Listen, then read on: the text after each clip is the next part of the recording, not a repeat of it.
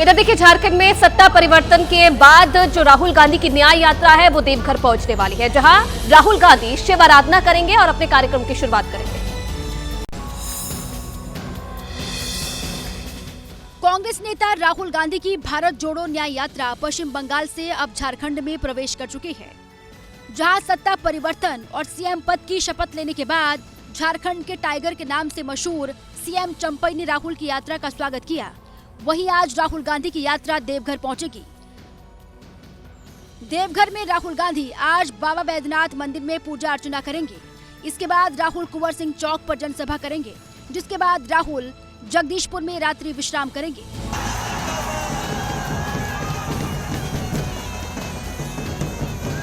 वहीं झारखंड में गोड्डा लोकसभा से बीजेपी सांसद निशिकांत दुबे ने राहुल गांधी की भारत जोड़ो न्याय यात्रा पर तंज कसते हुए यात्रा का स्वागत किया है। बाबा मंदिर का जो है दर्शन करने वाले हैं, जो सेकुलरिज्म के नाम पर जो आप मुस्लिम अपीजमेंट की बात कर रहे हैं, मुसलमानों को बढ़ाने और चढ़ाने की बात कर रहे हैं, हिंदुओं की रक्षा के लिए आप कोई काम करिए, नहीं तो इस पूजा करने का कोई अर्थ नहीं।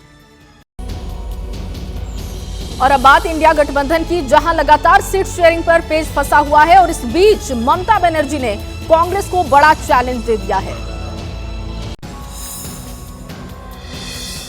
पश्चिम बंगाल में कांग्रेस और टीएमसी के बीच सीट शेयरिंग को लेकर चल रही तनातनी के बीच मुख्यमंत्री ममता बनर्जी ने कांग्रेस पर बड़ा हमला बोला है। उन्होंने कांग्रेस को हिंदी राज्यों में बीजेपी से मुकाबला करने की चुनौती दी है। আমি নিজে যেতে চেয়েছিলাম, পারমিশন চেয়েছিলাম, দেয়নি। 200 চার্জ পুড়িয়ে দিয়েছে। থাকতো দেখতাম ইউপিতে এলাহাবাদে গিয়ে বিজেপিকে হারিয়ে এসো, বেনারসে গিয়ে হারিয়ে এসো, বসন্তের কোকিলদের কাউকে ফটোশুট করছে সব। इतना ही नहीं, इंडिया अलायंस के साथी दलों ने एक बार फिर ममता बनर्जी को मनाने और समझाने का काम शुरू कर दिया है। मान लेते हैं कि 42 के 42 सीट जीत जाती हैं, तो क्या उससे बीजेपी की सत्ता हट जाएगी? इंडिया अलायन्स मध्ये आहे ते बाहेर नाही पडले, जागा वाटपात काही विषय झाले असते, पण त्या इंडिया अलायन्सच्या अजूनही प्रमुख आहेत, घटक आहेत। एक और कांग्रेस और इंडिया गठबंधन के कुछ साथी दल एकजुट होने की बात कह रहे हैं, लेकिन ममता के बयानों से उनकी राह अब अलग होती नजर आ रही है। वहीं रक्षा मंत्री राजनाथ सिंह की मौजूदगी में आज आईएनएस संधायक को नौसेना में कमीशन किया जाएगा। विशाखापट्टनम में कार्यक्रम होने वाला है, जिसमें नौसेना प्रमुख भी मौजूद रहेंगे। सर्वे वेसल आईएनएस संधायक के नौसेना में शामिल होने से समुद्र में भारत की मौजूदगी मजबूत होगी।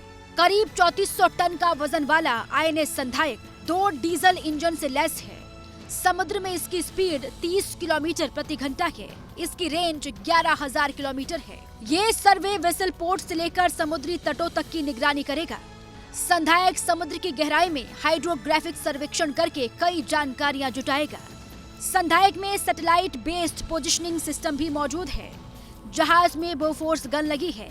आवश्यकता पड़ने पर इसमें चेतक हेलीकॉप्टर की भी तैनाती की जा सकती है। हाल के कुछ वर्षों में नेवल ने अपनी प्रतिष्ठा बढ़ाई है, अपनी इज्जत को बढ़ाया है। जिस प्रकार के कुछ करिश्माई काम इधर हमारे इंडियन नेवी ने किए हैं, सबको अपनी तरफ से हार्दिक बधाई देता हूँ। अब हमारे इंडियन नेवी को बहुत ही गंभीरता पूर्वक लिया जाता है और इसके संबंध में चर्चा भी होती है। इसकी क्रेडिट और किसी को नहीं जाती, क्रेडिट इसकी जाती है तो आप सबको ही इसकी क्रेडिट जाती है।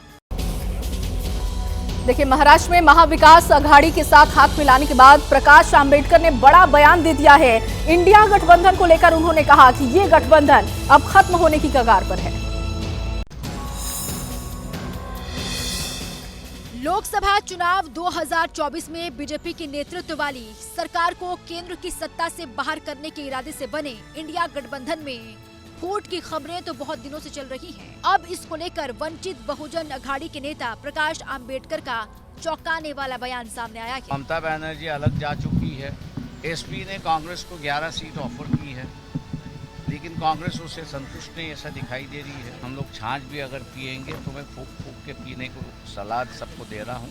प्रकाश आंबेडकर का ये बयान उस वक्त सामने आया जब कांग्रेस नेता नाना पटोले और शिवसेना उद्धव गुट के नेता संजय राउत उनके बगल में खड़े थे, जिसके बाद संजय राउत और नाना पटोले की सफाई सामने आई है।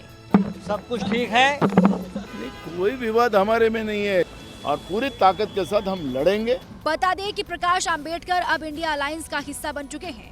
लोकसभा चुनाव में एनडीए के खिलाफ प्रकाश आंबेडकर ने महाविकास अघाड़ी के साथ हाथ मिलाया है। देखिए, जम्मू कश्मीर में इन दिनों जमकर बर्फबारी हो रही है, जिसका लुत्फ उठाने के लिए पर्यटक पहुंच रहे हैं। ये 4 तस्वीरें जम्मू कश्मीर की हैं, जो इन दिनों बर्फ की सफेद चादर में ढका हुआ है। जम्मू कश्मीर के पहाड़ों से लेकर सड़क तक सिर्फ बर्फ ही बर्फ दिखाई दे रही है। गुलमर्ग, डोडा, कुपवाड़ा या राजौरी, हर तरफ भारी बर्फबारी देखने को मिल रही है। ऊंचे इलाकों पर जारी लगातार बर्फबारी के बीच कश्मीर घाटी के मैदानी इलाके भी सीजन की पहली बर्फबारी से गुलजार हो गए हैं। जम्मू कश्मीर के गुलमर्ग में पर्यटकों की भारी भीड़ जुटना शुरू हो गई है।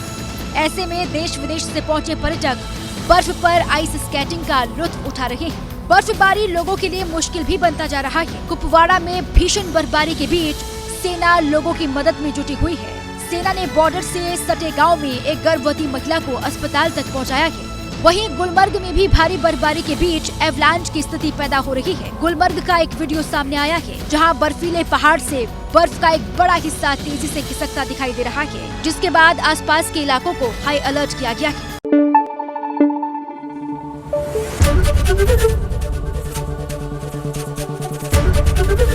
ABP न्यूज आपको रखे आगे।